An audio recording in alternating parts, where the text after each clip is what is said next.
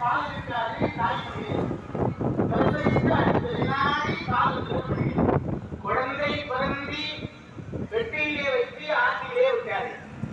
50 ஆண்டுகள் இடைவெளிக்கு பிறகு பார்த்த பொழுது அந்த பிரசவ காலத்திலே ஏற்பட்ட உணர்வு குந்திதேவி உடம்பில் ஏற்பட்டதுனால ரத்தமே சூடாகி சுண்டி பாலாக வடிந்தது என்கிறார்.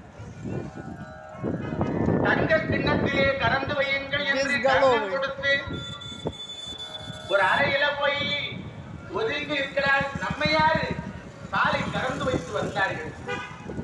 இறைவன் கிருஷ்ணர் பார்த்தார். காலமெல்லாம் தாய் பாசத்திற்கு ஏங்கினவன் கர்ணன்.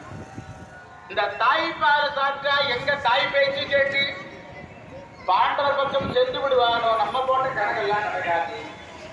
அதனால ஆண்டவன் கருண் பூனையாக வந்து அந்த பாலை ஊற்றிருக்கார். கீழே போய் சென்று பாலை ஓடி வந்து கண்ணன் பார்த்து அம்மா பார்த்தீங்களா நான் வாழ்க்கையில் இருக்கிறேன் நான் அதே காரணத்தை தாய் என்று வேதனையோடு கண்ணன் இந்த இடத்துல மகாபாரதம் தாய்மார்கள் குழந்தைகளுக்கு குறைந்தது 1 வருடம் அல்லது 6 மாதமாவது தாய்ப்பால் தர வேண்டும். குட்டிபால நட்டா அந்த பிள்ளைக்கு குடி வச்சுதான் கேட்பான். தாய் கொடுக்கிறது பால் குட்டி அவன் பின்னாடி கொடுக்கிறது போடுது. தாய்ப்பால் கொடுத்தா தாய் கட்சி கொடுப்பான்.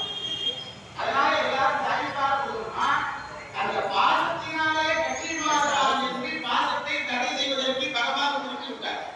இந்த பால் சாப்பிட்டா சத்து அதிகமாகுமா பலசாடி ஆடுவான் கர்ணன். அதனால பகவான் தடுத்தார் என்று சில புலவர்கள் பேசுவார்கள்.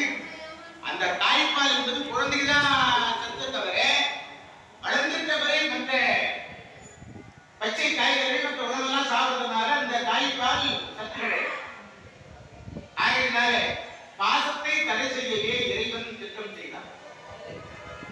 அதன் மாதிரிதான் இந்த குந்திதேவி கர்ணனை பாண்டவர் பக்கம் மறுபடி அழைக்கிறார்கள்.